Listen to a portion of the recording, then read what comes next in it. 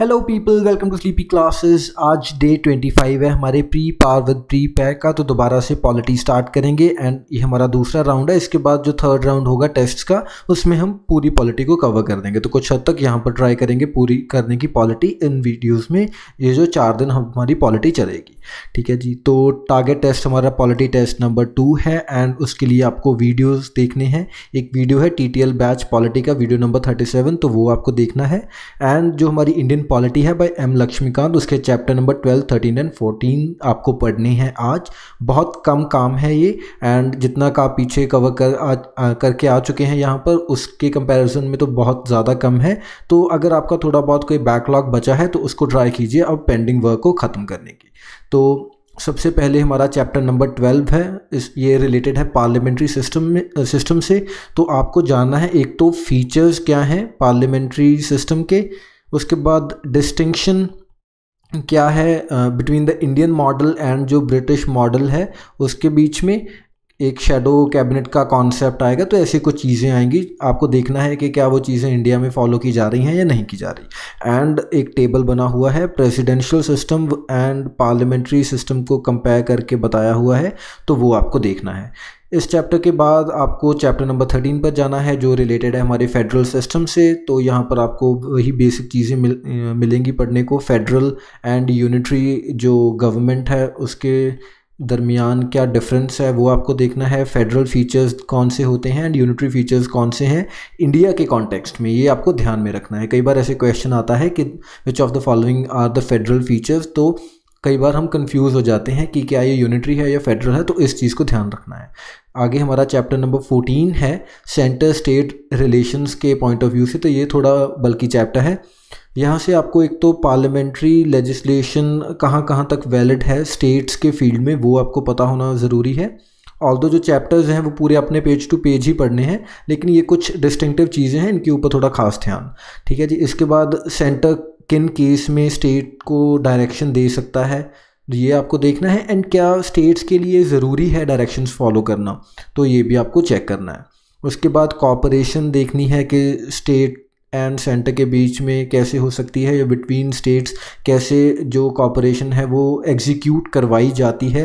Extra constitutional कौन सी devices हैं हमारे पास अवेलेबल जो इंश्योर करेंगी कॉपरेशन या प्रमोट करेंगी कॉपरेशन। एंड प्रेसिडेंट का क्या रोल है स्टेट्स को डायरेक्शंस देने में, या नेशनल इमरजेंसी के टाइम पर कैसे जो डायरेक्शंस हैं वो फॉलो करवाई जाते हैं, या कॉपरेशन कैसे होती है, या सेंटर स्टेट रिलेशंस कैसे हो जाते हैं। तो इन सब चीज़ों का आपने ध्यान से पढ़ना है, बुक में बहुत क्लियरली सब चीज़ें मेंशन हैं, ठीक है जी। इसके बाद टैक्सिंग पावर्स थोड़ी इंपॉर्टेंट हैं, स्पेशली पोस्ट GST, क्योंकि स्टेट्स ने अपनी कुछ पावर्स सरेंडर कर दी थी सेंटर को in the case of GST। तो टैक्सिंग पावर्स देखनी है हमें एंड डिस्ट्रीब्यूशन देखनी है कि जो ओरिजिनली जो बुक में यहाँ पर जो हमारे 5th एडिशन है इसमें मेंशन्ड है, और डिस्ट्रीब्यूशन ऑफ टैक्स रेवेन्यू कैसे की जाती थी पहले एंड पोस्ट GST अब कैसे की जा रही है। तो इससे आपका थोड़ा करंट से भी रिलेशन बन जाएगा। इस चीज़ के लिए आपको थोड़ा सर्च करना पड़ेगा, लेकिन दिस इज़ अगेन इम्पॉर्टेंट। तो पोस्ट GST अब कैसे डिस्ट्रीब्यूशन हो रही है टैक्सेस की, ये आपको थोड़ा देखना है। इसके बाद एक बहुत इम्पॉर्टेंट चीज़ है फाइनेंस कमीशन।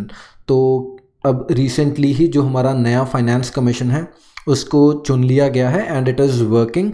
तो वो आपको देखना है कि कौन उसको हेड कर रहे हैं, who is the chairperson of the finance commission, जो भी रिसेंटली अब एग्जीक्यूट होगा।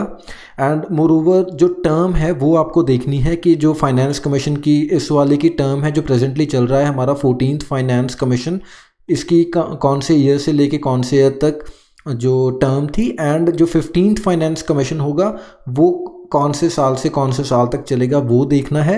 एंड जो 14th फाइनेंस कमीशन ने कुछ चीज़ें पॉइंट आउट की थी, चॉक आउट की थी, जिनके बेसिस के ऊपर वो डिस्ट्रीब्यूट कर रहे थे रिसोर्सेज को, वो आपको पता होना चाहिए। एंड जो हमारा 15th फाइनेंस कमीशन आएगा उसके ऊपर आपको ऐसे पूरी नज़र रखनी है अपनी, ठीक है जी। तो ये थोड़ा करंट से लिंक्ड है चीज़ें, इसलिए देखनी है। मोर ओवर जो लास्टली इंपॉर्टेंट चीज़ है that is trends in centre state relations. तो इसमें कोई जैसे वेरियस रेजोल्यूशंस आई थी, एक अनंतपुर रेजोल्यूशन थी, स्पेलिंग गलत हो गई, अनंतपुर साहिब रेजोल्यूशन थी एक, ठीक है जी। उसके बाद कोई वेस्ट बंगाल के कुछ लीडर्स थे, उन्होंने अपना आइडिया दिया कि कैसे सेंटर स्टेट रिलेशंस को होना चाहिए। तो वेरियस जो भी स्टेप्स उठाए गए हैं स्टेट्स की तरफ से, उनमें यही रहा है कि ज़्यादा से ज़्यादा पावर्स जो हैं वो स्टेट्स को दी जाएं, एंड जो सेंटर है वो सिर्फ 4 चीज़ों पर ध्यान दे, जो हमारी कम्युनिकेशंस हैं, करेंसी है, डिफेंस है, एंड एक और चीज़ which I am forgetting anyhow. तो जो भी आप जैसे चीज़ें देखते रहिएगा। एंड कुछ 2 इम्पॉर्टेंट कमीशंस हैं, एक है सरकारिया कमीशन, तो इसकी recommendations are very important, and another is Punchhi commission.